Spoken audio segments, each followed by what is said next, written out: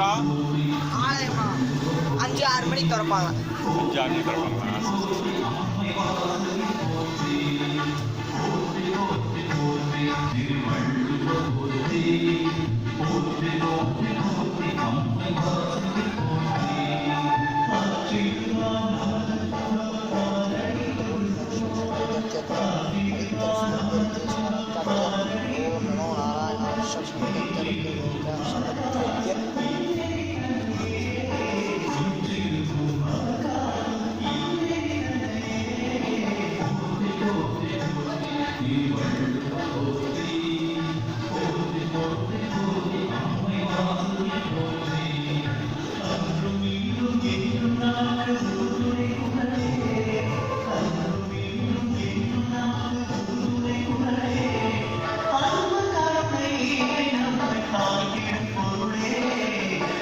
கல்லூரியினுடைய இளங்கலை மாணவி மதுரையைச் சேர்ந்தவரும் தொடர்ந்து பேச இருக்கிறார்கள்.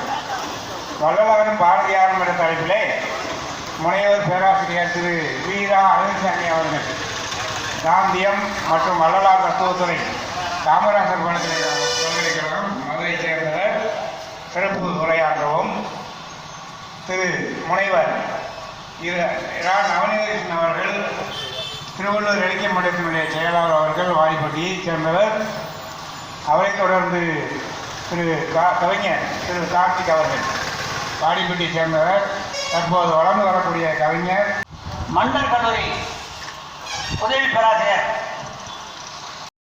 அவர்களுக்கு இந்த கதராடையை கண்ணியமாக அளிக்கின்றேன்.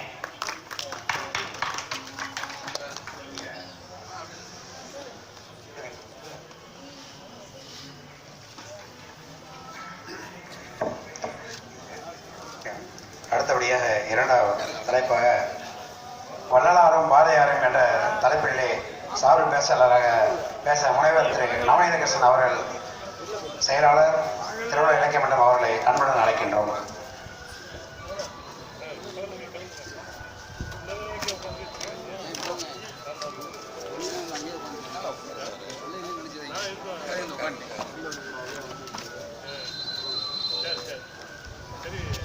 அவையில் அமர்ந்திருக்கிற ஆண்டோர்களே, சான்றோர்களே, மெய் அன்பர்களே, இருபால் அவினர்களே, இங்கே எனக்கு முன்னால் பேச அமர்ந்திருக்கின்ற அனைவருக்கும் நன்றியை பாராட்டி நான் வள்ளலாரும் பாரதியம் என்ற தலைப்பிலே பேச இருக்கிறேன். வள்ளலாரும் பாரதியம் இருவருமே ஞானிகள், இருவருமே சீர்திருத்தவாதிகள், இருவருமே தமிழ் பற்றாளர்கள், நாட்டுப்பற்றாளர். அவர்களை பற்றி பேச வேண்டும் என்றால் ஒரு நாள் போதாது. நான் 10 நிமிடங்களிலே சுருக்கமாக உங்களுக்கு பேசி விடைபெறுகிறேன். வள்ளலார் 5/10/1723 அக்டோபர் 1723 பிறந்தாரு. 30/1/1774 மறைந்தார். பாரதியார் 11/12/1882 பிறந்தாரு. 11/9/1921 மறைந்தார். வள்ளலார் மறைந்து 8 ஆண்டுகள் கழித்து பாரதியார் தோன்றியிருக்கிறார். வள்ளலாரும் பாரதியாரும் சிறு வயதிலேயே கவிதை புனைவதை வல்லவர்கள். வள்ளலார் 9வது வயதிலேயே அவருடைய சகோதரர் தன் தம்பி படிக்க மாட்டேங்கிறானே என்று கவலைப்பட்டுக் கொண்டிருக்கிற சூழ்நிலையிலே, ஆனால் வள்ளலார் ஓதாது உணர்ந்தவர் என்ற காரணத்தினால் அவருக்கு தானே கல்வியை கற்றுக்கொள்கிற வாய்ப்பு அதாவது இயற்கையை புத்துக்கொண்டே இருந்தது. ஆசிரியர் ராமலிங்க அடிகளார் ஏன் பள்ளிக்கு வரமாட்டேங்கிறார் அப்படின்னு ஒரு கவலைப்பட்டுக்கிட்டு இருக்கிறப்ப வள்ளலார் 9 வயசுல அவர் எதிர்த்து வகுப்பில் விட்டு போறாரு. இந்த ஆசிரியர் என்ன பண்றாருன்னா பின்னாடியே போய் எங்க போறான்னு பார்க்க போறாரு. அங்க போனா அவர் என்ன பண்றாரு, சின்ன வயசுலயே 9 வயசுல ஒருமையுடன் எனக்கு திருமணரடி நினைக்கின்ற உத்தமர்தம் உறவு வேண்டும், உள்ளொன்று வைத்து புறமொன்று பேசுவோர் உறவு களவாமை வேண்டும். பெருமை பெரு நினைந்து புகழ் பேச வேண்டும், பொய்மை பேசாதிருக்க வேண்டும். பெருநெறி பிடித்து விட வேண்டும், மதமான பேய் பிடிக்காதிருக்க வேண்டும். மதி வேண்டும், இல் கருணை நிதி வேண்டும், நோயற்ற வாழ்வில் நான் வாழ வேண்டும். தர்மமுக சென்னையில் கந்த கோட்டத்தில் உள்வடம் தலமுக கந்த வேலே தன்முக துயமணி உன்முக செய்மணி சண்முக தெய்வமணியே பாடி முடிக்கிறார். அப்போ வாத்தியார் என்ன சொல்றாரு, ராமலிங்க நிம்மதி வகுப்பே வர வேணாம் அப்படின்னு சொல்லி போச்சு. பாரதியார் என்னங்கிறீங்க, பாரதியார் 11வது வயதிலேயே அவரும் கவிதை பாடி பாரதி என்ற பட்டத்தை பெற்றவர். பாரதினா சரஸ்வதி அப்படிங்கிற பொருள் பட்டம். அந்த பட்டத்தை அங்கே ஆண்டோரும் சான்றோரும் பாரதியினுடைய கவிதையை பாராட்டி அவருக்கு பாரதி என்ற ஒரு பட்டத்தை சிறு வயதிலே கொடுத்திருக்கிறார்கள். அப்பொழுது இந்த காசிமதிநாதன் என்ற ஒரு அவை புலவர், என்ன பாரதி 11 வயசுல அவனுக்கு பட்டம் கொடுத்துருக்காங்க, அவனுக்கு என்ன அவ்வளவு கவி திறமையா இருக்கு அப்படின்னு சொல்லி அங்கே அந்த அவையை என்ன சொல்றாருன்னா, பாரதியார நீ உண்மையிலேயே பாரதி இருந்தா நீ நிரூபிக்க வேண்டும். இங்கே நீ பாரதி சில்லா பயல் என்ற ஈற்றடியாக வைத்து ஒரு கவிதை பாட வேண்டும் என்று அவர் சொல்றார். ஆனா பாரதியார் என்ன பண்ணாருங்களா, கொஞ்சம் கூட ஒரு சோர்வு அடையாம ஆண்டில் இளையவன் என்ற அந்த அப்படின்னு முடிச்சாரு. அப்ப காந்திமதி நாதனை பாரதி சின்ன பையன் முடிக்கும் போது காந்திமதி நாதன் பார் அது சின்ன பையன் அப்படிங்கிற அர்த்தத்தில் அவர் பாட்டு போட்டான். அந்த அளவுக்கு வள்ளலாரும் பாரதியாரும் சிறு வயதிலேயே கவிதை படைக்கும் ஆற்றல் பெற்றவர்கள். அடுத்தபடியாக பாரதியார் வள்ளலாரை போற்றி பதிவு செய்திருக்கிறார். அவருடைய உரைநடையிலே ராமலிங்க சுவாமிகள், சுதேசமித்திரன், சுப்பிரமணிய ஐயர் இவர்களை போன்ற வேறு மகான்களும் தமிழ்நாட்டில் விழிப்புக்கு ஆதிகத்தராக விளங்குகிறார்கள் அப்படின்னு பாராட்டியிருக்காரு பாரதியார் வள்ளலார். இன்னொன்று என்னன்னா, பாரதியார் அடிக்கடி ராமலிங்க வள்ளலார் பாட்டை அடிக்கடி பாடுவார். அந்த பாட்டு என்ன பாட்டுன்னா, அவரு வள்ளலார் ஒரு பாடல் என்ன பாடுறாருன்னா, நான் படும் பாடு சிவனே, நான் படும் பாடு சிவனே, உலகர் நபிலும் பஞ்சிதான் படுமோ, சொல்லத்தான் படுமோ, என்னத்தான் படுமோ, நான் படும் பாடு சிவனே என்ற பாடலை பாரதியார் அடிக்கடி முன்மொழித்து கொண்டே இருப்பாராம். ஏனென்றால் பாரதி அங்கே அவர் அவ்வளவு துயர் பெற்று அடைந்திருக்கிறார். அந்த துயர் வரும்போதெல்லாம் வள்ளலாரின் பாடலை அவர் பாடிக்கொண்டிருக்கிறார். அடுத்து வள்ளலாரும் பாரதியாரும் நாட்டுப்பற்று மிக்கவர்கள், அதை நாம் மறந்துவிடக்கூடாது. அது வள்ளலார் தமிழ்நாட்டில் ரொம்ப பற்றுடையவர். வள்ளலாருடைய அணுக்க தொண்டர் இருக்கம் ரத்ன முதலியார் என்பவர், அவர் அரசாங்க பணியிலே பணிபுரிந்து கொண்டிருக்கிறார். அப்பொழுது சென்னைக்கு அடுத்து ஆந்திராவுக்கு, அப்பொழுது ஒரே தென்னாடாக இருந்தது, எல்லாம் ஆந்திரா, எல்லாம் கன்னியாகுமரி, எல்லாம் தமிழ்நாட்டில் இருந்துச்சு. அப்படி இருக்கும் பொழுது அவர் ஆந்திராவுக்கு ட்ரான்ஸ்ஃபர் பண்ணுறாங்க. அப்போ வள்ளலார் என்ன சொல்கிறாருன்னா, நீ அங்கேயெல்லாம் போக வேண்டாம், சென்னைக்கு தெற்கே வா, மாட்டிக்கொண்டு வா என்று சொல்கிறார். ஆக சென்னைக்கு தெற்கே உள்ளதை அவர் விரும்புகிறார் வள்ளலார். அப்ப தமிழ்நாட்டு மேல ரொம்ப பற்று. பாரதியாருக்கு சொல்ல வேண்டியதில்லை, பாரதியாருக்கு அவர் அதிகமான பற்றுள்ளவர் நம்ம தமிழ்நாட்டில்.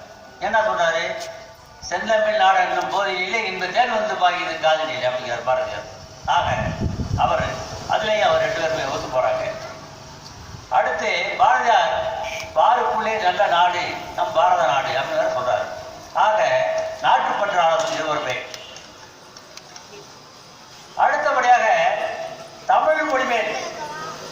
மிகவும் பற்றுள்ளவர்கள் வள்ளலாரும் பாரதியாரும்.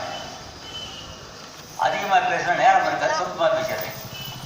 வள்ளலாறு அவர்கிட்ட சங்கராச்சாரியர் என்ன சொல்லியிருக்காராம், தமிழ் வந்து தமிழை விட சமஸ்கிருதம் ஆரிய மொழி தாய்மொழி என்று அவர் சொல்லியிருக்கிறார். அந்த கருத்தை வள்ளலார்கிட்ட சொல்லியிருக்காங்க. வள்ளலார் என்ன சொல்லியிருக்காருன்னா, ஆரிய மொழி தாய்மொழி என்று இருந்தால் தமிழ் தந்தை மொழியாக இருந்துட்டு போகட்டுமே அப்படின்னு சொல்லியிருக்காரு. ஆக அவருடைய தமிழ் பற்றை நாம் தெரிந்து கொள்ளலாம். அடுத்து ஆண்மை நேய ஒருமைப்பாடு. வள்ளலாரும் சரி பாரதியாரும் சரி ஆண்மை நேய ஒருமைப்பாட்டிலே ஒரு ஒற்றுமை நிலைநாட்டுகிறார்கள். வள்ளலார் என்ன சொல்றாரு, எல்லா உயிர்களும் இன்பற்றி இருக்க வேண்டும் அப்படின்னு அவர் சொல்றாரு. இவர் பாரதி என்ன சொல்றாரு, காக்கை குருவி எங்கள் ஜாதி, காணும் மலையும் கடலும் எங்கள் கூட்டம்னு சொல்றாரு. அப்ப ரெண்டு பேருமே எல்லா உயிர்களையுமே நேசிக்கிறாங்க. பாரதியாரும் சரி வள்ளலாரும் சரி அந்த எல்லா உயிர்களையுமே நேசிக்கிறாங்க ரெண்டு பேருமே. அதிலும் ஒற்றுமை இருக்கிறது. அடுத்து வள்ளலாரும் பாரதியாரும் பசி கொடுமையை உணர்ந்தவர்கள், பசியை அனுபவித்தவர்கள் இருவருமே. அதனால் தான் வள்ளலார் 1867 அங்கே உடனூரிலே சத்திய தர்மசாலை என்ற ஒரு தர்மசாலையை நிறுவி அன்று பூட்டிய அடுப்பு இன்றும் எரிந்து கொண்டே இருக்கிறது. அங்கே யார் போனாலும் சாப்பிடலாம், எப்பயும் சாப்பிடலாம். அந்த ஒரு பசியை தீர்த்தவர் வள்ளலார். பாரதியார் என்ன செஞ்சார் தெரியுமா, நாம சகோதரி சொன்ன மாதிரி தனி ஒருவனுக்கு உணவுகளில் ஜெகத்தினை அழித்திருவோம்னாரு. வள்ளுவர் என்ன சொல்றாரு, இறந்தும் உயிர் வாழ்ந்த வேண்டின் பறந்து கெடுக்க உலகேற்றியார் அப்படிங்கிறார் வள்ளுவர். ஆக பசி நீக்கின்ற இறை வழிபாடு அது நல்லா புரிஞ்சுக்கணும். அதான் வள்ளலார் பாரதியார் மாதிரி ஒற்றுமையை நிலைநாட்டினார்கள். அடுத்து சாதி சமயம் சீர்திருத்தங்கள்ல வந்து பார்த்தீங்கன்னா, சீர்திருத்தத்தில் அவர் வந்து பெண்களுக்கும் யோகம் வரும் என்று வள்ளலார் சொல்லியிருக்கிறார். அந்த காலத்தில் பெண்களை வந்து அவங்க சரிசமம் இது கொடுக்கறது கிடையாது. ஆனால் வள்ளலார் என்ன சொன்னார், பெண்களுக்கும் யோகம் வரும், பெண்களுக்கும் யோகம் கற்பிக்க வேண்டும், பெண்களுக்கும் கல்வி கற்பிக்க வேண்டும் என்று சொல்கிறார். ஆக அதே பாரதியார் என்ன சொல்றாரு, பெண்கள் கல்வி முக்கியம், பட்டங்கள் ஆள்வதும் சட்டங்கள் செய்வதும் பாரினில் பெண்கள் நடத்த வந்தோம், 8 அறிவினில் ஆணுக்கு பெண் இங்கு இளைப்பிள்ளைகான் என்று குமிழி என்று பாரதியார் சொல்கிறார். ஆக பெண்ணின் திறம் இருவருமே ஒற்று போகிறார்கள். இவ்வாறாக சொல்லிக்கொண்டே போகலாம். அடுத்து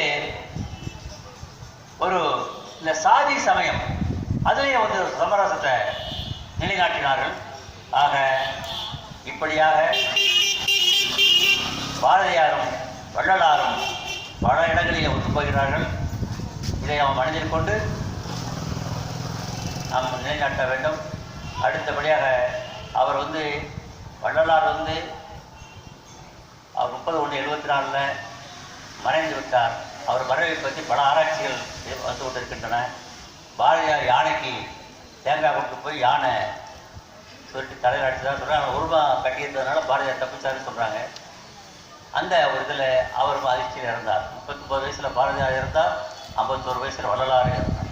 ஆக இருவருமே இன்னும் சற்று வாழ்ந்திருந்தால் தமிழ்நாட்டுக்கு ஒரு இடம் நீங்கியிருக்கும் என்று கருதி தண்டிக்கு வாய்ப்பு கொடுத்த பயிற்சிக்கு வாய்ப்பு கொடுத்த அனைவரையும் வணங்கி வாழ்த்தி விடைபெறுகிறேன். நன்றி, வணக்கம். ஆனந்த வளங்களிலே வாரம் அவருடைய தொகுப்புகள் வந்து கொண்டிருக்கும் இளம் கவிஞர் அவர்களை பேச அன்புடன் அழைக்கின்றோம்.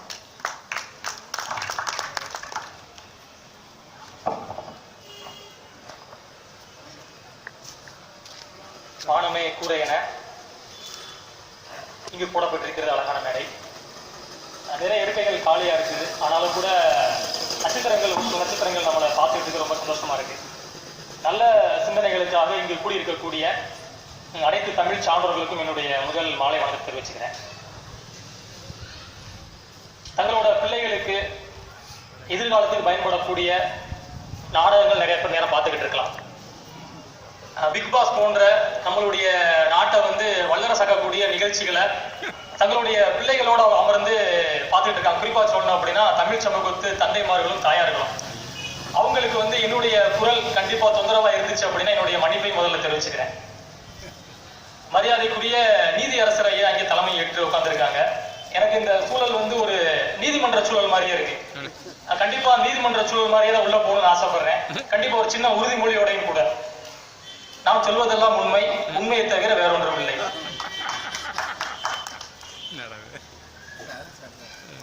ஒரு மலை உச்சியில் இருக்கக்கூடிய ஒரு சின்ன கிராமத்துக்கு நம்ம அடையணும் அப்படின்னா எத்தனையோ கொண்டை ஊசி வளைவுகள் இருக்கும். அத்தனை கொண்டை ஊசி வளைவுகள்லையுமே நம்ம வந்து வளைஞ்சு நெளிஞ்சுதான் மேல போயாகணும்.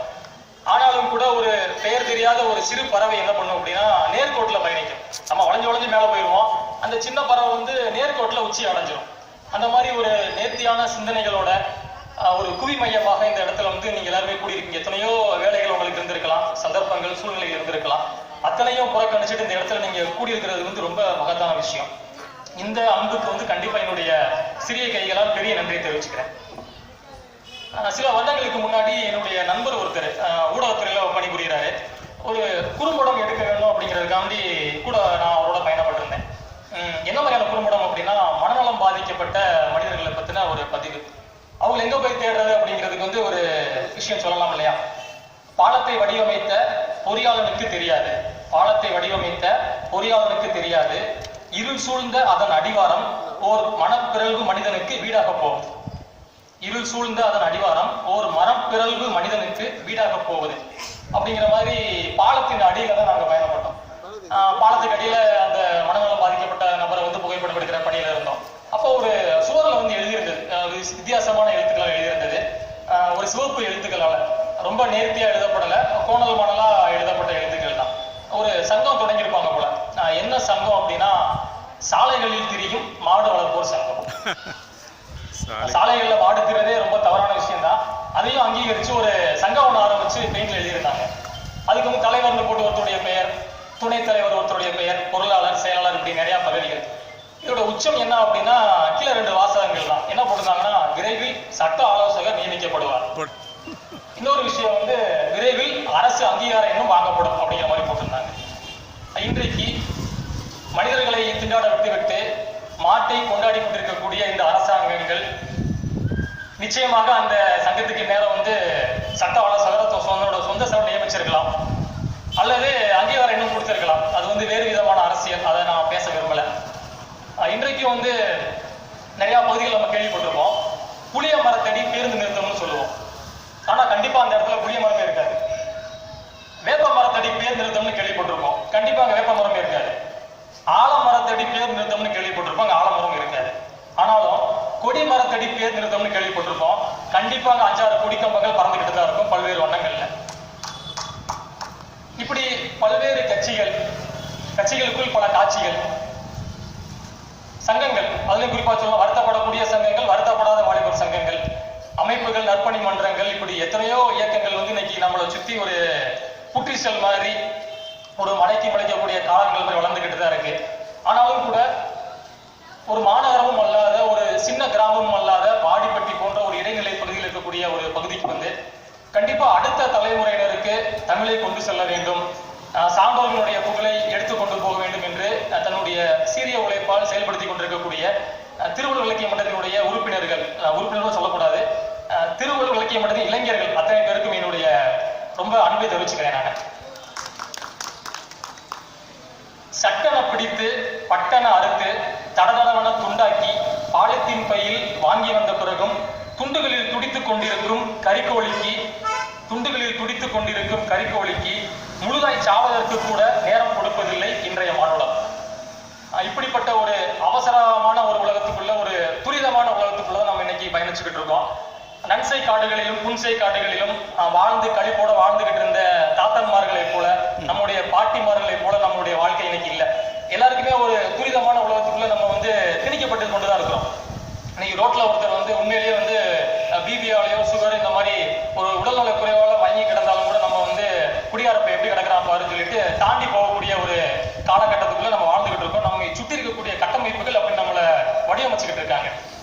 இந்த மாதிரியான ஒரு சூழல்ல வந்து நம்ம இருக்கோம். ஆனாலும் கூட இன்றைக்கு தலைப்பிலே பேசக்கூடிய இந்த 6 தலைவர்களை பத்தி பேசணும் அப்படின்னா, 6 சான்றோர்களை பற்றி பேசணும் அப்படின்னா, இன்னைக்கு உயிரோட இருக்கக்கூடிய தலைவர்களுக்கு இதே மாதிரி ஒரு மேடையை நம்ம போட்டிருந்தோம், ஒரு அரசியல் தலைவரோ ஒரு சினிமா பிரபலத்துக்கோ மேடையை போட்டிருந்தோம்னா கண்டிப்பா வந்து நமக்கு வந்து நிறைய பணம் கிடைக்கும், நிறைய பதவி உயர்வு கிடைக்கும், நம்ம நினைச்சதெல்லாம் கண்டிப்பா அதன் மூலமா சாதிச்சுக்கலாம். ஆனாலும் கூட இந்த 6 மனிதர்களுமே இன்னைக்கு வந்து உயிரோட இல்லை. 6 பேருமே வந்து இறந்து போன மனிதர்கள். மண்ணுக்கு கீழே கூட அவங்க வந்து உடல் இருக்க கூட தெரியல நமக்கு. ஆனாலும் கூட அவர்களுடைய கருத்துக்கள், சித்தாந்தங்கள், கொள்கைகள் இன்னைக்கு வந்து ஒரு விதை போல இன்னைக்கு விழுந்து விருட்சமாகி வளர்ந்து கொண்டுதான் இருக்கிறது. நாமும் அடுத்தடுத்த தலைமுறைகளுக்கு அவர்களுடைய கொள்கைகளை கொண்டு போய் சேர்த்து கொண்டுதான் இருக்கிறோம். மேடையில வந்து நிறைய இளைஞர்கள் இருக்காங்க.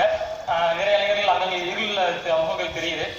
இன்னைக்கு நான் பேச போறது வந்து கண்டிப்பா எனக்கு கொடுக்கப்பட்ட தலைப்பு தான். ஆனாலும் இளைஞர்களுக்கு வந்து இன்னைக்கு நான் யாரை பத்தி பேச போறேன் அப்படின்னா, தளபதியை பத்தி பேச போறேன்.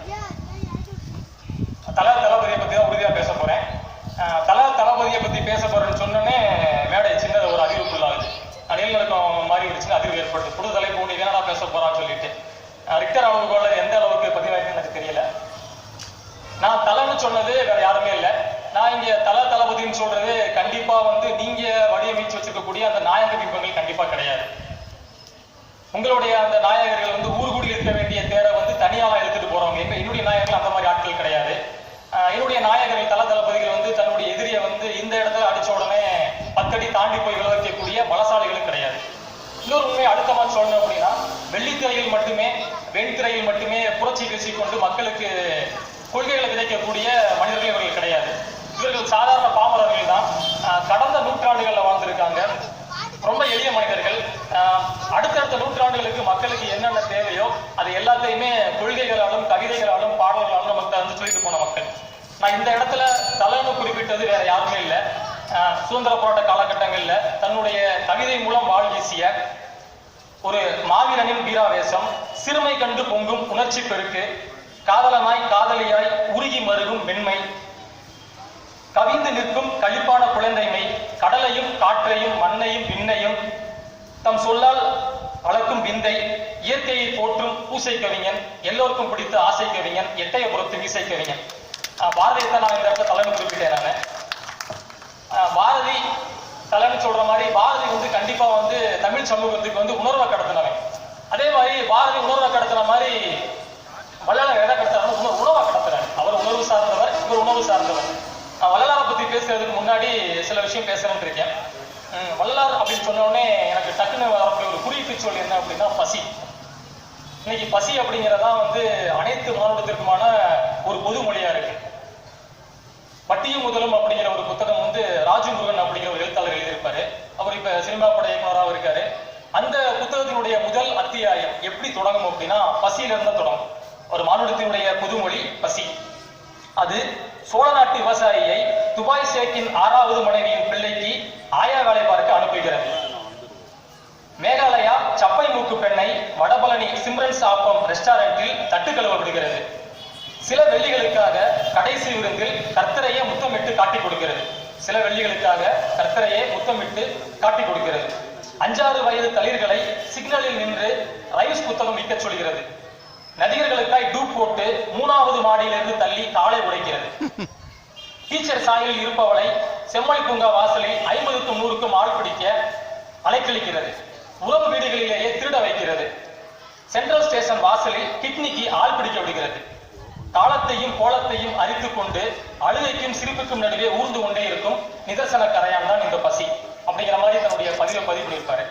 இன்னைக்கு வந்து உலகத்துல வந்து கையும் காலும் இல்லாத மனிதர்கள் எத்தனை பேர் இருக்காங்க, உடல் உறுப்புகள் இல்லாத மனிதர்கள் இருக்காங்க. ஆனாலும் கூட கடவுளுடைய படைப்புல வந்து வாயும் வயிறும் இல்லாதவர்கள் யாருமே கிடையாது.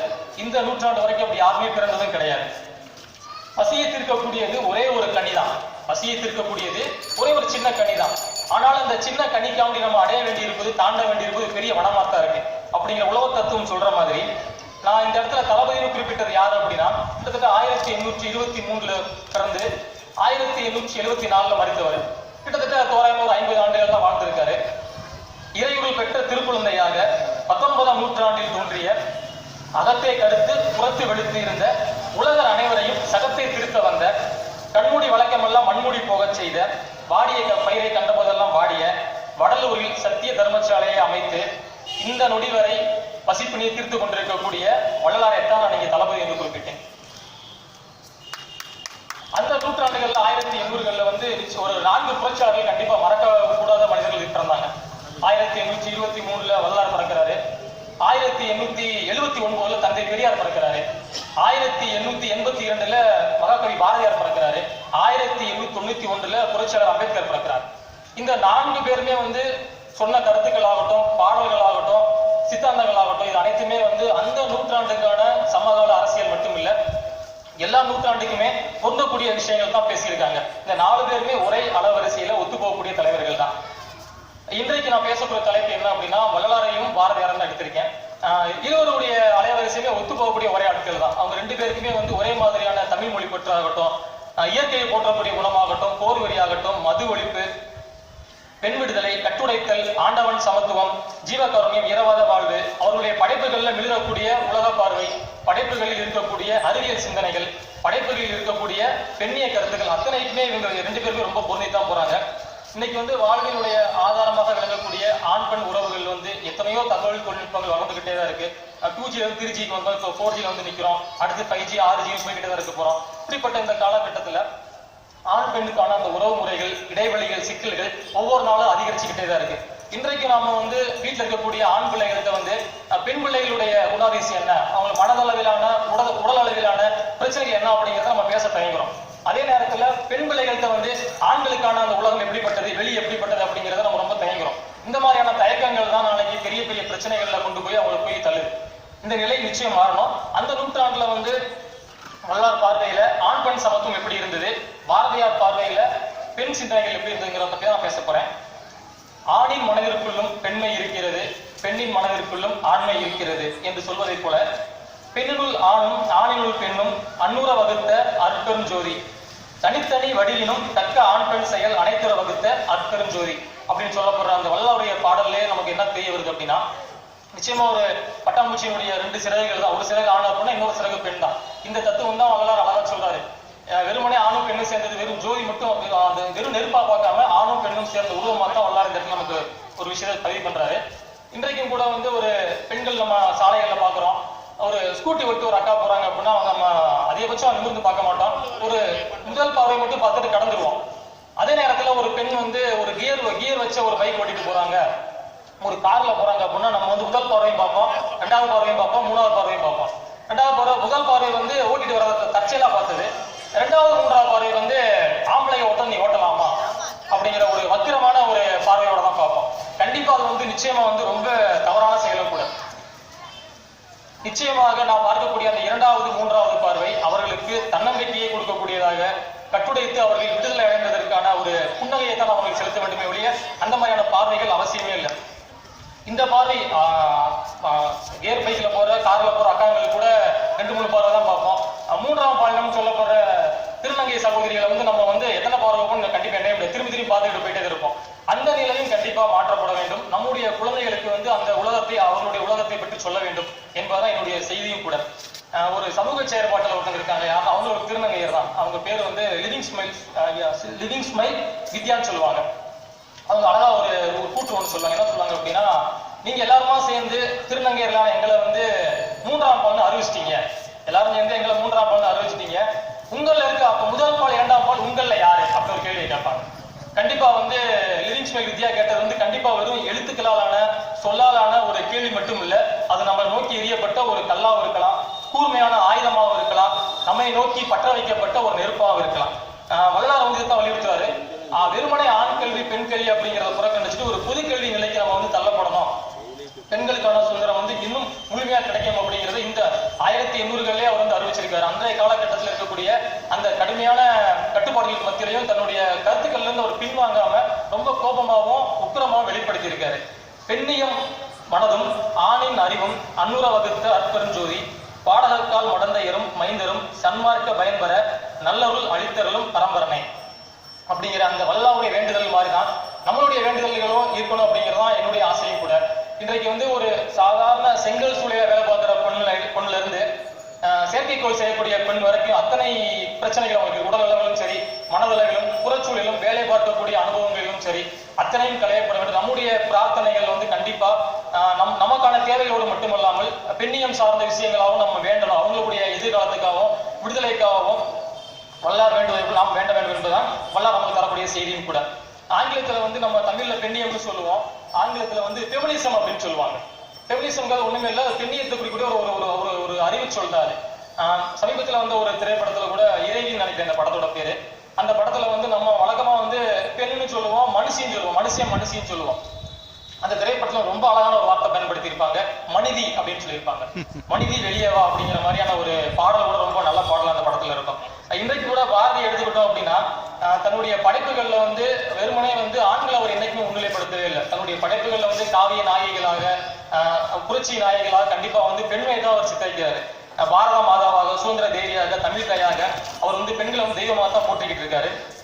சட்டங்கள் ஆள்வதும் பட்டங்கள் செய்வதும் பாரதி பெண்கள் செய்ய வேண்டும் என்கிற பாரதி முழக்கம் தான் இன்னைக்கு வந்து கண்டிப்பா வந்து நனவாயிருக்கு. குழந்தைகளை வந்து அவர் வந்து கண்டிப்பா வந்து அந்த நூற்றாண்டுல வந்து, அந்த நூற்றாண்டு மட்டும் இல்லை, உலகம் தோன்றிய காலத்துல இருந்தே வந்து ஆண் வந்து விளையாண்டுக்கிட்டே தான் இருக்கான். அவனுக்கு வந்து வீதி ஒன்றும் புதிது கிடையாது, வெளி ஒன்றும் அவனுக்கு வந்து ஒரு ரொம்ப புதுமையான விஷயமும் கிடையாது. அந்த நூற்றாண்டுல பாரதி என்ன சொல்ல வராங்கன்னா, ஓடி விளையாடு பையான்னு அவர் கண்டிப்பா பாடவே இல்லை, ஓடி விளையாடு பாப்பான்னே பாடுறாரு. நிச்சயமா வந்து அன்றைக்கு பாடப்பட்ட பாடம் இன்றைக்கும் அவர் கேட்டுக்கிட்டு தான் இருக்கு. இன்றைக்கு இருக்கக்கூடிய பெண்கள் வந்து வீட்டுக்குள்ளதான் இருக்காங்க அப்படிங்கிறப்ப வந்து ரொம்ப வருந்தத்தக்க செய்தியும் கூட. பாதகம் செய்வோரை கண்டால் நாம் பயம் கொள்ளல் ஆகாது பாப்பா, மோதி நிறுத்தி விடு பாப்பா, அவர் முகத்தில் உமிழ்ந்து விடு பாப்பா, திடம் கொண்டு போராடு பாப்பா அப்படின்னு சொல்லக்கூடிய அந்த பாரதியின் வரிகளை போலத்தான் இருக்கு. இன்றைக்கும் பாஞ்சாலி சபதத்துல வந்து பாரதியார் வந்து பாஞ்சாலியை வந்து ஒரு அவளையாக, பாதிக்கப்பட்ட பெண்ணாக அவர் வந்து அறிமுகப்படுத்தல, நான் காட்சிப்படுத்தல, அவளை ஒரு புரட்சி பெண்ணாகத்தான் காட்டுறாரு. கண்ணன் பாட்டிலையும் குயில் பாட்டிலையுமே அவர் வந்து கண்ணம்மா வந்து ஒரு காதலின் சமத்துவமாகத்தான் அவர் வந்து அறிமுகப்படுத்துறாரு. கடைசியா வந்து ஒரு சின்ன புதுக்கவிதையோட ஒரு உரையை முடிச்சுக்கிறேன். நிச்சயமா வந்து வள்ளலார், பாரதியார் காட்டின அந்த கொள்கைகள், பெண்ணியம் சார்ந்த விஷயங்கள், ஆண் பெண் சமத்துவம் வந்து இன்னைக்கு வந்து நிறைவேற்றப்பட்டிருக்கிறது. 100% அந்த உச்சத்தை நாம் அடைந்து விட்டோம் அப்படின்னா கண்டிப்பா கிடையாது. இன்றைக்கும் வந்து பெண்களுக்கு வந்து பெண்களே வந்து கட்டுக்களை கால்களில் விலங்குகளை போட்டுக்கிறாங்க. சில இடங்கள்ல வந்து ஆண்கள் மூலமாக, ஆண் சமூகம் மூலமாக அவங்களுக்கு வந்து கட்டுகள் போடப்படுகின்றன. அத்தனை தடைகளை மீறி பெண்கள் வந்து வெளியுறவு வந்து கண்டிப்பா வரணும். இன்னைக்கு அந்த பெண்களுடைய வீட்டிலே பெண் பிள்ளைகள் இருக்காங்க, சகோதரிகள் இருக்காங்க. அவங்களுக்கு வந்து வாழக்கூடிய மிகப்பெரிய ஆளுமைகள், அவங்க வந்து வாழ்க்கையில முன்னுதாரணம் எடுத்துக்காம தன்னுடைய தாயை, சுதந்திரமா இருக்கக்கூடிய தாயை, அக்காவை அவங்க முன்னுதாரணம் இருக்கிற மாதிரியான வாழ்க்கையை பெண்கள் தொடங்கணும் அப்படிங்கிறத என்னுடைய ஆசையும் கூட. ஒரு சின்ன கருத்து மட்டும், கவிதை மட்டும். தாலி பாக்கியம் தங்க முச்சந்தியில் விளக்கேற்றுகிறீர்கள். கண்டிப்பா வந்து இது பெண்களுக்கான கவிதையும் கூட.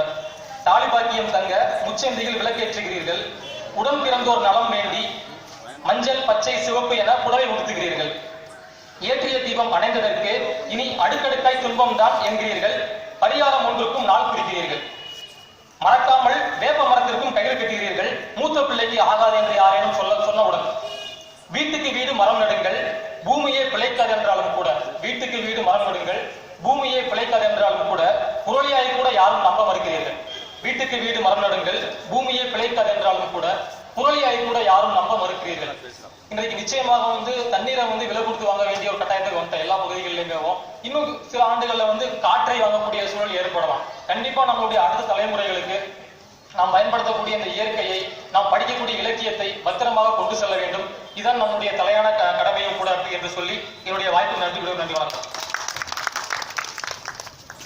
இது ஒரு நீதிமன்றமாகவே கருதி நான் சொல்வதெல்லாம் உண்மை, உண்மையை தவிர வேறு இல்லை என்று ஒரு சத்திய பிரமாணத்திலும் சொல்லி ஆரம்பிச்சாரு. அவர் கவிஞருங்கிறதுனால அவருக்கு ஒரு கவிதையிலேயே, அதுவும் நான் எழுதிய கவிதை மூலமாகவே பதிலளிக்கிறேன். என்னோட கவிதையில் நான் சொல்லியிருந்தேன், நீதிமன்றத்தில் வாதி சொல்லுகிறான், சத்தியமாக சொல்லுகிறேன் நான் சொல்வதெல்லாம் உண்மை என்று.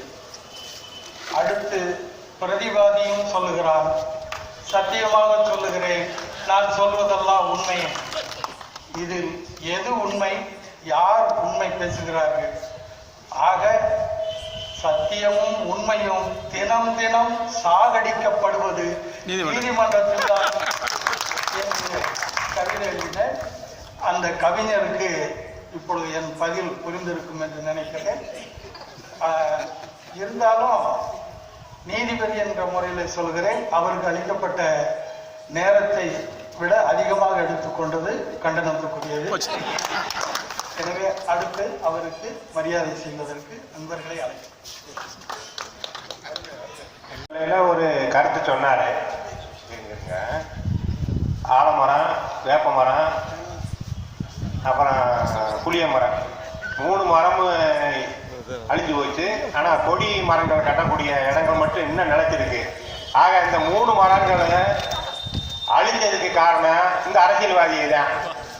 அவங்க ஆதாயத்துக்காக ரோடு போடுறேன்னு அத்தனை மரங்களை வெட்டி எடுத்தாங்கன்றதை தம்பி சொல்லாம சொன்னாரு. அந்த ஒரு சொல்லுது. ஆனா வாழ்த்துக்கா ஐயன் திருவள்ளுவரை அவருக்கு ஒரு அன்பளிப்பாக வளர்க்குறேன்.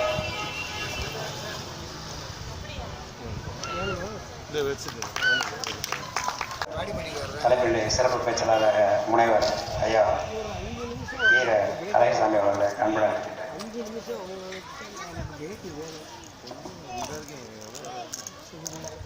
வணக்கத்திற்கு மரியாதைக்குரிய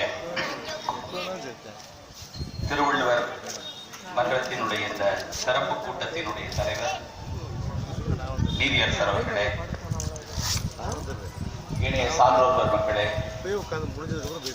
மிக பொறுமையாகவும் அன்போடும் எங்களுடைய பேச்சுக்களை எல்லாம் செவிமடுத்துக் கொண்டிருக்கக்கூடிய வாடிப்பட்டி மாநகரத்தினுடைய சான்றோர் பெருமக்களே, உங்கள் அத்தனை பேருக்கும் என்னுடைய பணிவான வணக்கத்தை நான் தெரிவித்துக் கொள்கிறேன்.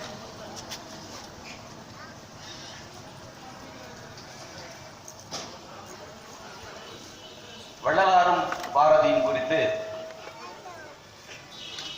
2 அறிஞர்கள், ஒருவர்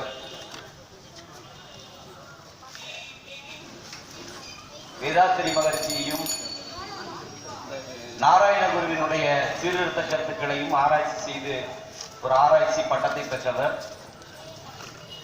இன்னொருவர் மிகச்சிறந்த ஒரு கவிஞராக வளரக்கூடியவர். இந்த இருவரும் அற்புதமான கருத்துக்களை பதிவு செய்திருக்கிறார்கள். அவர்கள் விடுபட்ட ஒரு சில செய்திகளை மட்டும் நேரம் கருதி மிகச் சுருக்கமாக நான் உங்களோடு பதிவு செய்ய விரும்புகிறேன். இந்த வாடிப்பட்டி மாநகரத்தின் மிக முக்கியமான ஒரு செய்தி பலருக்கு தெரிந்திருக்கும். இருக்கக்கூடிய மூத்த பெருமக்களுக்கு 20ஆம் நூற்றாண்டினுடைய தொடக்கத்திலே இந்த வாடிப்பட்டி மாநகரத்திலே இங்கே 2 சான்றோர் மக்களுடைய புகைப்படத்தை வைத்திருக்கிறீர்கள். ராமலிங்க சுவாமிகளுக்கு ஒரு தமிழ்நாட்டு அளவிலே, மாநில அளவிலே ஒரு மிகப்பெரிய மாநாடு வாடிப்பட்டியிலே நடந்திருக்கிறது. அந்த மாநாட்டை நடத்தியவர் இன்றைக்கு இந்த திருவள்ளுவர் மன்றத்தினுடைய செயலாளராக இருக்கக்கூடிய டாக்டர் நவநீத கிருஷ்ணன் அவருடைய தந்தையார். அது பலருக்கு தெரியாது. அதை அவர்கள் அதற்குரிய ஆவணங்களையும் பத்திரப்படுத்தவில்லை. எனவே ஒரு நீண்ட இடைவெளிக்கு பிறகு திருவள்ளுவர் மன்றம் நடத்தக்கூடிய இந்த விழாவிலே வள்ளலாரை எண்ணி பார்ப்பதற்கு, வள்ளலாரை நினைத்து பார்ப்பதற்கு, அவருடைய சிந்தனைகளை உரசி பார்ப்பதற்குரிய ஒரு வாய்ப்பாக நான் இதை கருதுகிறேன். நண்பர்களே, வள்ளலார் அவர்களை புகழ்ந்து பாடுகிற போது எல்லோரும் பெருமைப்பட்டு சொல்லக்கூடிய ஒரு பாடல், 8வது பாடல், அந்த ஐயா அவர்கள் பாடிய அந்த ஒருமையுடன் எனது திருமலரடி நிறைக்கின்ற உத்தமர்தம் உறவு வேண்டும் என்று சொல்லக்கூடிய பாடல். அவர் இறைவனை நம்பி, கடவுளை நம்பி தன்னுடைய வாழ்க்கையை தொடங்கியவர். அவர் ஒரு கடவுள் மறுப்பாளர் அல்ல, மிகச்சிறந்த கடவுள் நம்பிக்கையாளர். ஆனால்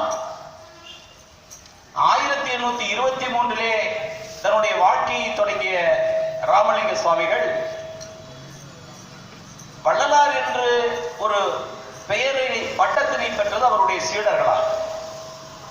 அவருடைய சீடர்கள் அவருடைய திருப்பாடல்களை எல்லாம் தொகுத்து திரு அருட்பா என்ற ஒரு பெயரினை சூட்டி, அதற்கு முன்பு அந்த பாடல்களுக்கு அவர் திருவள்ளுவா என்ற பெயரை சூட்டவில்லை. அந்த பெயரை சூட்டியவர்கள் அவருடைய சீடர்கள். தொழுவூர் வேலாயுதம், இருக்கம் முதலியார், ரத்தின முதலியார் போன்ற போன்ற சான்றோர் பெருமக்கள் எல்லாம் இணைந்து அவருடைய பாடல்களை தொகுத்து ஒரு புத்தகமாக வெளியிடுகிறார்கள். அதுதான் முதலாக வருகிறது. அது முதல் 4 திருமுறைகள் ஒரு தொகுப்பு. அந்த திருவருட்பாவை தொகுக்கிற போது அந்த பாடலை, அந்த திருப்பாடல்களை எழுதிய ராமலிங்க சுவாமிகளுக்கு வள்ளலார் என்று சொல்லக்கூடிய ஒரு பட்டத்தினை அவர்கள் வழங்குகிறார்கள். அவர் எழுதிய பாடலுக்கு திருவருட்பா என்று சொல்லக்கூடிய ஒரு பாடலை பெயரை வைக்கிறார்கள். இப்படி திருவருட்பா என்ற பெயரை வைத்ததற்காகவே சமயத்திலே, குறிப்பாக சைவ சமயத்திலே ஆழமான நம்பிக்கையுடைய பெருமக்கள் எல்லாம் இணைந்து வள்ளலாருக்கு எதிராக மிகவும் போர்க்கொடியை உயர்த்துகிறார்கள். அது திருவருட்பா அல்ல, திருமுறை அல்ல என்ற வாதத்தினை வைக்கிறார்கள். திருமுறை என்றால் 12 திருமுறை தான். தேவாரமும் திருவாசகமும் இறுதியிலே 12ஆம் நூற்றாண்டிலே இயற்றப்பட்ட பெரிய புராணம் வரை உள்ளதுதான் திருமுறை என்று சொல்லக்கூடிய பெருமைக்குரியன. திருவருட்பா அல்ல என்ற வாதத்தை வைக்கிறார்கள். அது வழக்கு தொடுக்கப்படுகிறது.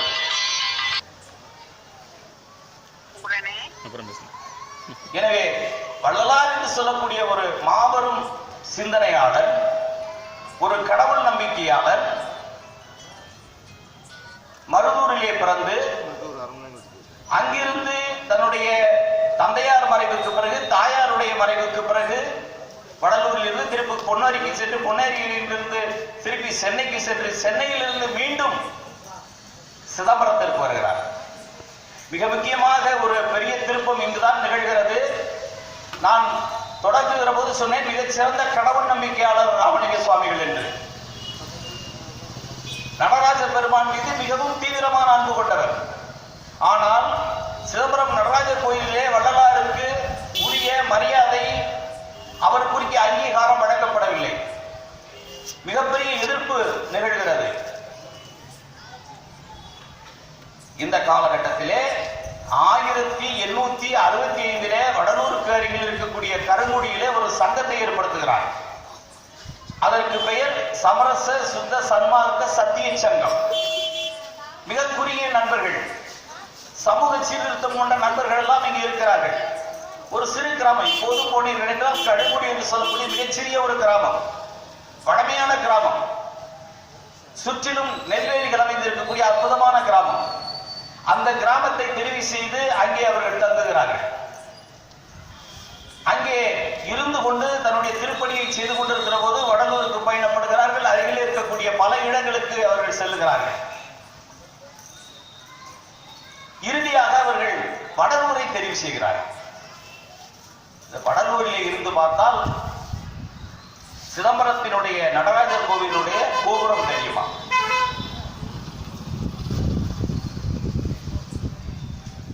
அவர்கள் சிதம்பரத்தை தங்களுக்குள் வைத்துக் கொண்டு வள்ளலாரை புறக்கணித்தார்கள். வள்ளலார் சொன்னார், வடலூரும் சிதம்பரம் தான் என்று சொன்னார். உத்தரஞான சிதம்பரம், பூர்வஞான சிதம்பரம் என்று சொல்லக்கூடிய அந்த மிகப்பெரிய, நீ பூர்வஞானம் சொல்ற, நான் உத்தரஞானம் சொல்றேன். அந்த சிதம்பரத்தினுடைய சக்தியை வடலூருக்கு கொண்டு வந்தார். ஒரு கடவுள் நம்பிக்கை சார்ந்த ஒரு மனிதன் கடவுள் நம்பிக்கையிலே இருந்து கொண்டே அந்த சமூகத்தில் இருக்கக்கூடிய கேடுகளை எல்லாம் சுட்டிக்காட்டுகிற போது, அதைத்தான் தன்னுடைய 9வது வயதிலேயே சுட்டிக்காட்டினார். மதமான பேய் பிடியாது இருக்க வேண்டும், மதம் வேண்டும். நான் இந்துவாக இருக்கிறேன், ஒருவர் கிறிஸ்தவராக இருக்கிறார், ஒரு இஸ்லாமியராக இருக்கிறார், மதம் வேண்டும். ஆனால் மதத்தினுடைய பேரிலே ராமலிங்க சுவாமிகளுக்கு அற்புதமான பேரை பாருங்க, ராமலிங்கம். சைவமும் வைணவமும் கலந்த ஒரு அற்புதமான பெயரை அவர்களுடைய பெற்றோர்கள் சூட்டி இருக்கிறார்கள். ஆனால் சைவமாக இருந்து திரும்ப வைணவமாக ஒரு காலகட்டத்திலே ஒரு இரட்டை வடிவம் எடுத்த சிதம்பரத்திற்குள் நுழைவதற்கு வள்ளலாருக்கு வாய்ப்பு கிடைக்கவில்லை. இறைவனை பாடுகிற போது பாடினார், அன்பெனும் பிடியில் அகப்படும் மலையே, அன்பெனும் பிடியில் அகப்படும் கரும்பே. இறைவன் எப்படிப்பட்டவன்? கரும்பு சாறு குடிக்கிற போது அந்த சக்கை நடுவு, அப்படி இறைவன் அப்படிப்பட்டவன் என்று இறைவனுக்கு ஒரு புது விளக்கம் சொன்னார். பார்த்தார்கள். விண்ணிலே இருக்கக்கூடிய சூரியனையும் சந்திரனையும் கடவுள் என்று சொன்னார்கள். வள்ளலார் சொன்னார், கடவுள் இறங்கி வரும் நேரம் இது. என்ன, எப்படி இறங்கி வருவார்? அப்படி இறங்கி வருகிற தருணத்திலே உனக்கு மோட்சம் கிடைக்கும். என்ன மோட்சம்? நீ சொல்ற மோட்சமா? இல்ல. மோட்ச வீட்டின் திறவுகோல் எது? பசி நீக்கம்.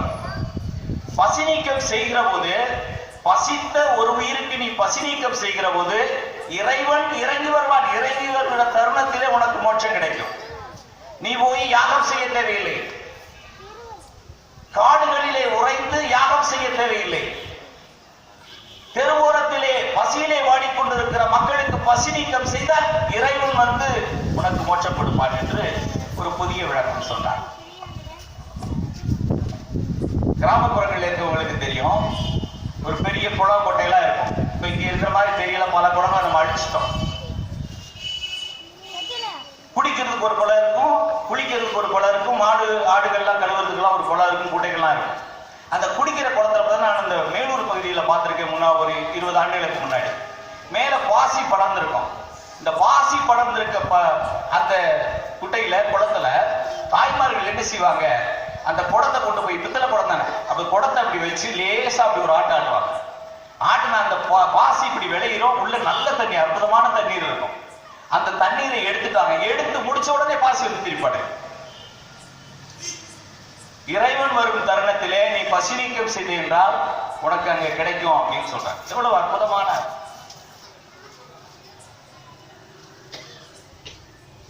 நம்ம பசு கோமயத்தை பிடிக்கிறோம், பசுவை பிடிச்சி இழுத்துட்டு போறோம், எல்லாமே செய்யறோம். பக்கத்துல செத்துக்கிட்டு இருப்பான், அவனை கவனிக்க மாட்டோம். இப்படிப்பட்ட நிலை. இப்ப இறைவனை பற்றி வள்ளலார் வேறொரு தரத்துக்கு எடுத்து போகிறார். பாரதி மாதிரி. பாரதி பசி நீக்கத்தை பத்தி பேசியிருக்கிறார். அவர்கள் சொன்னார்கள், இந்த பாரதிக்கும் வள்ளலாருக்கும் எந்த இடத்துல ஒற்றுமை இருக்குன்னா, அந்த பல இடங்கள்ல இருக்கு. வள்ளலார் 1823 போயிட்டு சென்னைக்கு போயிட்டு, சென்னையில இருந்து 36 திருப்பி வடலூர் வராரு, சிதம்பரம் வராரு, சிதம்பரத்துல இருந்து கருங்குடி வராரு. இங்க வந்து பல பாடல்கள், புரட்சிகரமான பாடல்களை எழுதுகிறார்.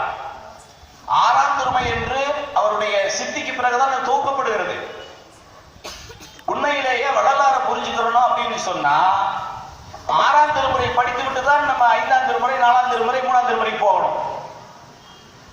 அவ்வளவு செய்திகள், புரட்சிகரமான செய்திகள், இந்த சமுதாய சீர்திருத்த சிந்தனைகள் எல்லாம் 6ஆம் திருமுறையில் அப்படியே கொட்டி கிடக்கு. அதுல ஒரு துளிதான் பாரதி சொல்லக்கூடிய 2 வரி. பார்ப்பனாவதேதனா பறையனாவதேதனா ஒரு வரி. பாரதி பாடக்கூடிய வரிகள்ல ஒரு மிக முக்கியமான வரி. வள்ளலார் அப்ப சொன்னாங்க, ஐயா வந்து நீங்க ஆரியர்களுக்கு எதிராக, பிராமணர்களுக்கு எதிராக வேலை பார்க்குறீங்க, சைவத்துக்கு எதிராக வேலை பார்க்குறீங்க, சைவ சித்தாந்தத்துக்கு எதிராக வேலை பார்க்குறீங்கன்னு வள்ளலார் மேல வழக்கு சொல்றாங்க. வள்ளலார் ரொம்ப தெளிவா சொன்னாங்க, பாலும் தண்ணீரும் போல பார்ப்பன சிலை. ஒவ்வொரு நிலையிலும் நம்ம இருக்காங்க பாருங்க. இங்க வீட்டுல ஆரம்பிச்சு ஒரு பேருந்து நிலையத்துக்கு போக வேண்டிய எத்தனை பேரை சார்ந்து இருக்க வேண்டியிருக்கு. காலையில் எந்திரிச்சு இரவு தூங்குறதுக்குள்ள எத்தனை பேரை சார்ந்து இருக்க வேண்டியிருக்கு. காலையில் எந்திரிக்கமா, பால் போடணும், பால் போடுறதுக்கு பசு வேணும், பசுவை வளர்க்கறதுக்கு ஆடு வேணும், பசு உயிரோட வளர்றதுக்கு புல்லு வேணும், புல்ல வளர்க்கறதுக்கு ஒரு விவசாயி வேணும், விவசாயம் செய்யறதுக்கு தண்ணி வேணும், தண்ணியை தேங்கி வைக்கிறதுக்கு ஆடு வேணும், பாலை கறக்கிறதுக்கு ஆடு வேணும், பாலை கொண்டு வந்து ஊத்துறதுக்கு ஆடு வேணும், பாலை பதப்படுத்துறதுக்கு ஆடு வேணும், பாலை பதப்படுத்துற மிஷினை கண்டுபிடிக்கிறதுக்கு ஆடு வேணும். இப்படி பலரை சார்ந்து நம்முடைய ஒரு பால் பாக்கெட்டே இருக்கு.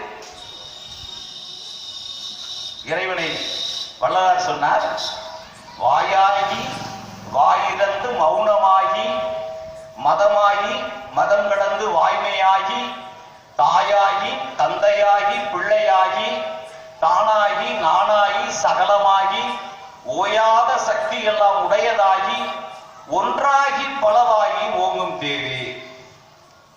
இறைவன் கொடுத்தார்கள். இறைவன் எல்லா இடத்துல ஜோதி வடிவத்தை சொன்னார் வள்ளலார். இந்த சுத்தி விளக்கு இருக்கு, ஒளி வடிவம் இருக்கு. பெரிய பேராசிரியர்கள் ஐயா நீதிபதி உட்கார்ந்து இருக்காங்க, முன்னாடி பெரிய பெரிய அரசியல் தலைவர்கள் உட்கார்ந்து இருக்காங்க. இந்த மின்சார விளக்கு அணைஞ்சு போயிடுது. அந்த சகோதரர் ஒருத்தர் இருக்காரு, இதெல்லாம் சரி பண்ற ஒரு சகோதரர் உட்கார்ந்து, ஒரு டெக்னீஷியன். அவர் மட்டும் இல்ல, இந்த மைக்கு என்ன பாடுபடுத்துச்சு நம்மள. இல்லைன்னா வேலை நடக்குமா? ஒவ்வொருவரும் ஒன்றை சார்ந்து இருக்கிறோம். இறைவன் என்று சொல்லக்கூடியவன் அப்படித்தான். இறைவன் நம்முடைய கவிஞர் வாசிக்கிற போது சொன்ன காத்து மாதிரி, தண்ணி மாதிரி, இப்படி ஒவ்வொன்றாக இறைவன் இருக்கிறான் என்பதைத்தான் வள்ளலார் ஒன்றாகி பலவாகி ஓங்கும் பேரே என்று சொன்னார். அப்போ இறைவனை வேறொரு தளத்திற்கு நாம் இறைவன் என்ன சொல்லிக்கிட்டு இருக்கோம்? வீட்டுக்குள்ள உட்கார்ந்து இருக்கிறார். வள்ளலார் இப்படிப்பட்டவர்களை அடுத்த இடத்துக்கு அழைத்து செல்வதற்காக சொன்னாங்க, ஏய் பக்கத்துல ஒருத்த பசியோடு செத்துட்டு இருக்கான்டா, அவனை பாடுறான், அவனுக்கு சாப்பாடு போடுறான் அப்படின்னாரு. பசி நீக்கமே மோட்ச வீட்டின் திறவுகோல்னார். இப்போ ரொம்ப சுருக்கமா சொல்லணும்னா, வள்ளலார் சொல்லக்கூடிய மார்க்கம் சமரச சுத்த சன்மார்க்கம். அது மார்க்கம். அதனுடைய பலன் என்ன கிடைக்குதுன்னா இரவா பெருவாழ்வு. இரவா பெருவாழ்வு நான் உங்களுக்கு சொன்னேன், மோட்சம் சொன்னேன். மோட்சம் எங்க இருக்கு? மேல இல்ல, இங்க இருக்கு. வள்ளலார் சொல்லக்கூடிய மோட்சம் இங்க இருக்கு. இதுக்குரிய வழி என்ன, வழிமுறை என்ன? பசி நீக்கம், சமரச சுத்த சன்மார்க்கம். இந்த சன்மார்க்கத்தின் வழியாக இறைவனை அடையக்கூடிய வழிமுறை பசி நீக்கம். ரொம்ப சுருக்கம், அவ்வளவுதான். நம்ம பாருங்க, இந்த மதுரையில் இருக்கவங்களுக்கு தெரியும், அழகர் ஆத்துல இருக்கிற திருவிழா, அதுக்கு பெரிய வரலாறு இருக்கு, அதுக்கு பெரிய முனைவுகள்லாம் இருக்கு, அங்க போக வேண்டாம். அழகர் வந்து மலையில இருந்து இங்க வருவார், தலாவுல வரைக்கும் வருவாரு, திருப்பி ரிட்டர்ன் போவார். வரிசையா பாத்தீங்கன்னா மண்டபம் கட்டி வச்சிருக்காங்க. இந்த மண்டபத்துல நீங்க நம்ம கொஞ்சம் ஒரு 50 வயதுக்கு மேலப்பட்டவங்களுக்கு தெரியும், உணவு போடுவாங்க. எனக்கெல்லாம் பெரிய நம்பிக்கையெல்லாம் கிடையாதுங்க. ஆனா அழகராத்துல இருக்கிற திருவிழாவில் அவர் வர்றப்ப எதிர்சேரி அப்பயும் ரிட்டர்ன் போறப்பையும் நான் என் பிள்ளைகள்லாம் கூட்டு வந்து வரிசையா வந்துடுவேன். தல்லாகுளத்தில் ஆரம்பிச்சு கோரிப்பாளையம் வரைக்கும் போய் திருப்பி புதூர் வரைக்கும் போவேன். நல்ல சாப்பாடு போடுவாங்க. இந்த சாமி திருவிழாவுக்கு மட்டும் சாப்பாடு போடுறது, நெய் இதெல்லாம் எங்கிட்டு கண்டுபிடிப்பாங்கன்னே தெரியாது. நல்ல நல்ல சாப்பாடா போடுவாங்க, சுவையா இருக்கும், சுத்தமா இருக்கும், வாங்கி சாப்பிடலாம். அப்போ நம்ம தெரிஞ்சு வச்சிருக்கான், கடவுள் வழிபாடுன்னு என்னன்னா பசி நீக்கம் செய்கிறது தான்டா. அதை யார் செய்யறா நீங்க நல்லா பாருங்க. நம்ம ஊர்ல இருந்து மாட்டு வண்டி கட்டிட்டு வரான். மாட்டு வண்டி கட்டிட்டு போயிட்டு சொக்கி குளத்துல இருந்து அழகு கோயில் வரைக்கும் மாட்டு வண்டிக்கு அடியில படுத்துக்கிட்டு 3 நாளைக்கு சமைச்சு போடுறான்.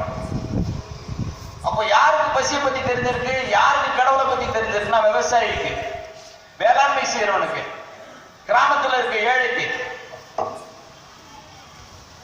இவனைத்தான் பார்த்திருக்காரு வள்ளலார். பசி யாருக்கு தெரியும்? எங்களை மாதிரி நிறைய சம்பளம் வாங்கிட்டு ஏசி கார்ல போய் உட்காந்துட்டு பாடம் சொல்லிட்டு தெரியும். நாங்க சொல்றது மட்டும் வாயிலேயே பேசுவோம். அதை சொன்னார், இவர் சொன்னாரு, விடுங்க. ஒரே காலகட்டம் ராமகிருஷ்ண பரமஹம்சர், தயானந்த சரஸ்வதி, ராஜாராம் மோகன் ராய், வள்ளலார், எல்லாம் 4 பேர் ஒரே காலகட்டங்க. இதுல பாருங்க ரொம்ப தெளிவா, ராமகிருஷ்ண பரமஹம்சர், தயானந்த சரஸ்வதி, ராஜாராம் மோகன் ராய் வட இந்தியக்காரர்கள். அவர்களுக்கு வேறொரு பின்புலம் இருக்கிறது. அந்த பின்புலம்லாம் உங்களுக்கு தெரியும், இருக்க அறிவு சார்ந்த பெருமக்களுக்கு தெரியும். வள்ளலார் ஒரு தமிழ் சமூகத்தை சேர்ந்தவர், அதே நூற்றாண்டை சேர்ந்தவர், 19ஆம் நூற்றாண்டு. சொல்லப்பட்ட இந்த 3 பேர்ல சிலருக்கு வள்ளலாரை விட இளையவர்கள். ஆனால் அவர்களுக்கு இன்று இருக்கக்கூடிய புகழும் சிறப்பும் வள்ளலாருக்கு கிடைத்திருக்கிறதா அப்படின்னா பெரிய கேள்விக்குறி. இன்னைக்கு வள்ளலார் ஒரு சிலரை தூக்கி பிடிச்சிட்டு இருக்கோம் நம்ம. ஆக இதனுடைய பின்புலத்திலே வேறொன்று இருக்கிறது, செயல்பட்டுக் கொண்டிருக்கிறது. அதனுடைய வடிவம் தான் இன்றைக்கு வேறொரு வடிவத்திலே வந்து கொண்டிருக்கிறது. இதை இந்த தமிழ் சமூகம் புரிந்து கொள்ள வேண்டும்.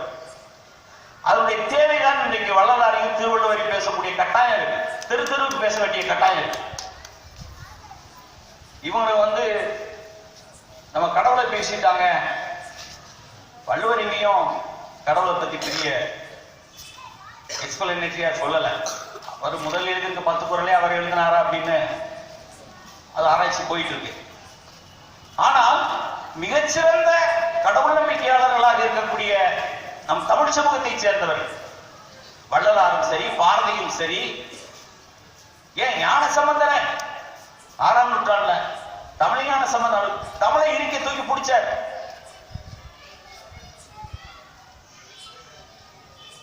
அவர்களுக்கு வேறு சில அரசியல் காரணங்கள் இருக்கு, அரசியல் இருக்கு. அவர் காலத்தால் பிந்தியவர், சின்ன வயசுக்காரர், அவர் தூக்கி முதல்ல வச்சாங்க. அதெல்லாம் அந்த அரசியலுக்கே போக வேண்டாம். இந்த தமிழ் மொழியை, தமிழ் சமூகத்தை தூக்கி நிறுத்தியவர்கள் எல்லாம் இல்லை. இப்படிப்பட்ட வேளைகளில் இந்த ராமலிங்க சாமிகளையும் பாரதியையும் அவருடைய வாழ்வியலையும் இப்ப ரொம்ப இன்னும் அப்படியே நம்ம நினைச்சு பார்த்தோம்னா பாருங்க, ராமலிங்க சுவாமிகள் வந்து மருதூர்ல பிறந்து சென்னைக்கு போயிட்டு அவரு ஆசைப்பட்ட இடத்துல அவரால் வாழ முடியல. வடலூர்ல போய் தனியா, இப்போதும் வடலூர் காடாதான் இருக்கு. அங்க மாசம் மாசம் போறோம், வடலூருக்கு போறோம், சந்தோஷமா இருக்கு, அது வேற விஷயம். இன்னும் காடாதான் இருக்கு, ஒரு பட்டினி இடமாக இருக்கிறது. அவருடைய விரும்பிய இடத்தில், அவர் விரும்பிய இடத்தில் அவரால் இருக்க முடியல. அது மாதிரிதான் பாரதி தெரியும் ஆச்சு போனாரு.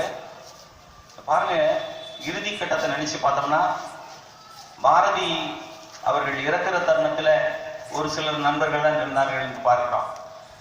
அது எந்த சமூகத்துல பிறந்திருந்தாலும் சரி, எங்க வளர்ந்திருந்தாலும் சரி, சமகாலத்தில் யார் பக்கம் நிற்கிறோம் என்பது நம்ம முக்கியம். சமகால பிரச்சனைகள் நடந்து கொண்டு இருக்கிற போது எந்த பக்கம் நிற்கிறான் ஒருத்தன் அப்படின்னு முக்கியம். பாரதி பாதிக்கப்பட்டவர்களுடைய பக்கம் நின்னா, ஒதுக்கப்பட்டார். வள்ளலார் பாதிக்கப்பட்ட மக்களினுடைய பக்கத்தில் என்ன, ஒதுக்கப்பட்டார். அப்படிப்பட்டவர்களை எண்ணி பார்ப்பதற்குரிய ஒரு சில நிமிடங்களை வழங்கிய வாடிப்பட்டி மாநகரை வணங்கி மகிழ்கிறேன். நன்றி, வணக்கம்.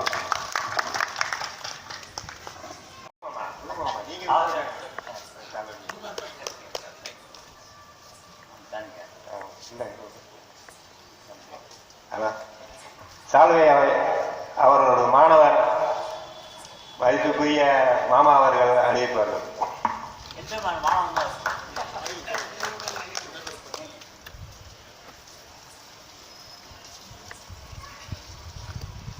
வாழ்க்கையிலே சிறந்த சேவை அன்னதான சேவையே என்று பதிவு செய்த முனைவர் அவர்களுக்கு நன்றி. மறுபடி அடுத்து நம்முடைய திருவள்ளுவருக்கு கோவில் அட்டை கொண்டு இருக்கும் புலவர் திரு கோப்பெரு திருவரங்கன் அவர்களுக்கு திரு ராஜ்குமார் அவர்கள் மாநில இளைஞரணி தலைவர், தமிழ்நாடு ஆசிரியர் கூட்டணி, அந்த சிறப்பு பணிக்காக அன்பளிப்பு வழங்க இருக்கிறார். 1000 ரூபாய் அன்பளிப்பு அளிக்கிறார்.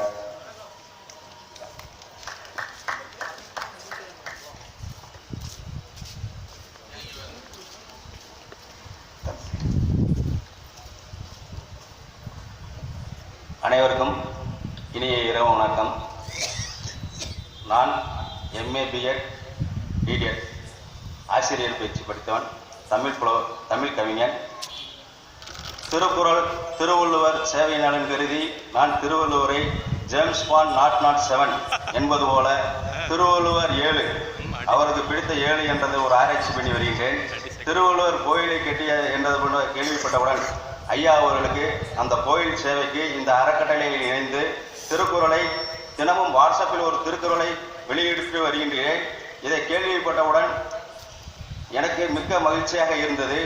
இந்த அமைப்பில் இணைவதில் நான் மிக்க மகிழ்ச்சி அடைகிறேன். நன்றி, வணக்கம்.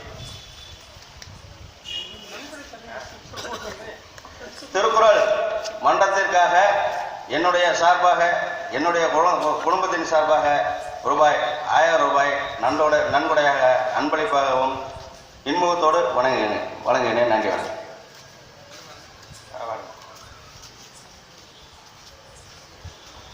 தம்பி அவர்கள் பெரியார் சமத்துவத்தில் இருந்து அங்கு ஏழை குழந்தைகளுக்கு கல்வி புகட்டுவதிலே மிகவும் ஆர்வம் காட்டி இன்று பணியாற்றி கொண்டிருக்கிறார். குறைந்தது 41 வயதில் எத்தனை ஆண்டுகள் இந்த 6 ஆண்டுகள் தொடர்ச்சியாக 17 ஆண்டுகள் தொடர்ச்சியாக அங்கேயே பணியாற்றி கொண்டு ஏழை குழந்தைகளுக்காக தொண்டு செய்து கொண்டு பெருமைப்படுத்துமாறு இப்போ அவருக்கு சால்காணி.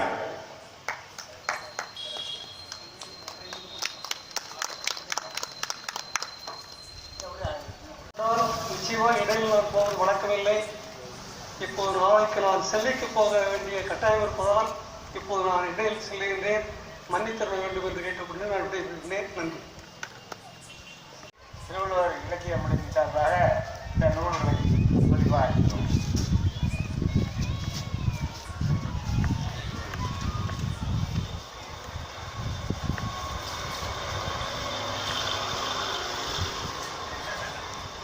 அடுத்து இறுதியாக 3வது தலைப்பாக மறைமலை அடிகளாரும் பாவேந்தர் பாரதாசனம் என்ற கருத்தரங்கிற்கு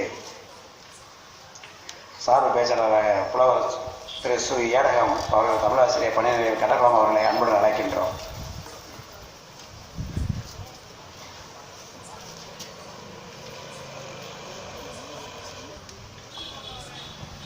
நீதியரசரும் உள்ளிட்ட அவையினர் அனைவருக்கும் என் வணக்கம். நேரம் அதிகமாகிவிட்டதனால கேட்டுக்கொண்டிருப்பவர்களுக்கும் முதற்கண் எனது வணக்கத்தை தெரிவித்துக் கொள்கிறேன். நீதியரசர் ஆரம்பத்திலேயே குறிப்பிட்டார். பாரதிதாசன் சொல்வார், கங்கை போல் காவிரி போல் கருத்துக்கள் ஊரும் உள்ளம் எங்கள் உள்ளம். பாரதிதாசன் ஒரு கங்கை, மறைமலை அடிகளார் ஒரு காவிரி.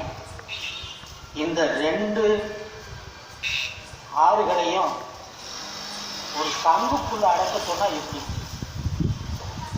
10 நிமிஷத்துல பேசுங்கன்னா எதுக்கு பேசுறது?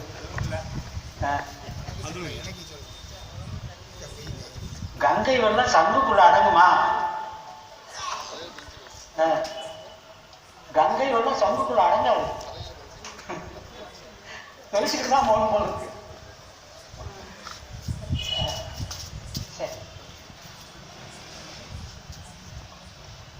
அதாவது பெரிய தலைப்பு.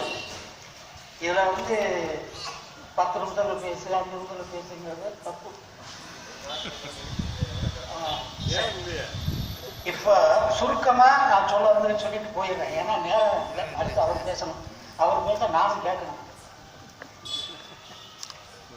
மறைமலை அடிகளாருக்கு என்ன சிறப்பு? நம்முடைய மொழியை காலங்காலமாக திட்டமிட்டு ஒரு குழு அவங்களுடைய சொற்களை திணித்து, கருத்துக்களை திணித்து, இறை நம்பிக்கையை வைத்து பால் குடித்துக் கொண்டிருந்தது. அதன் காரணமாக நம்முடைய தமிழ் மொழியில் வட சொற்கள் அதிகமாக பூட்டப்பட்டது. தமிழ் வாழ்ந்து கொண்டிருக்கின்ற மொழி, ஆறினும் அழிந்துவிட்ட மொழி. அந்த கூட்டம் திட்டமிட்டே செயலை செய்தது. அழிந்துபட்ட ஒரு மொழியை எப்படி வாழ வைப்பது? வாழ்ந்து கொண்டிருக்கின்ற ஒரு மொழியில் அழிந்துபட்ட மொழியின் சொற்களை புகுத்திவிட்டால் அந்த மொழி வாழும். அதற்காக திட்டமிட்டு தமிழகத்தில் இறை நம்பிக்கை, வழிபாடு, இறைவன் பெயர்கள், நம்முடைய பண்பாட்டு கலைகள், இவற்றில் எல்லாம் திட்டமிட்டே இவற்றை புகுத்தியது. அதாவது சான்ஸ்கிரிட்டைசேஷன். இதுக்கு ரொம்ப காலமா இங்க தொல்காப்பியர் காலத்திலிருந்து ஆரம்பிச்சிருச்சு. இப்ப இல்ல. தொல்காப்பியத்திலேயே அவர் எழுதின தொல்காப்பியத்திலே இடைச்சல்களாக அவருடைய பற்றி, பார்ப்பனரை பற்றி நூற்பாக்கள் புகுத்தப்பட்டுள்ளது. இதை அறிஞர்கள் சான்றுடன் விளக்கி இருக்கிறார்கள். வேற ஒண்ணும் இல்லை. எளிமையாக உங்களுக்கு சொல்றேன். இது பெரிய வரலாறு.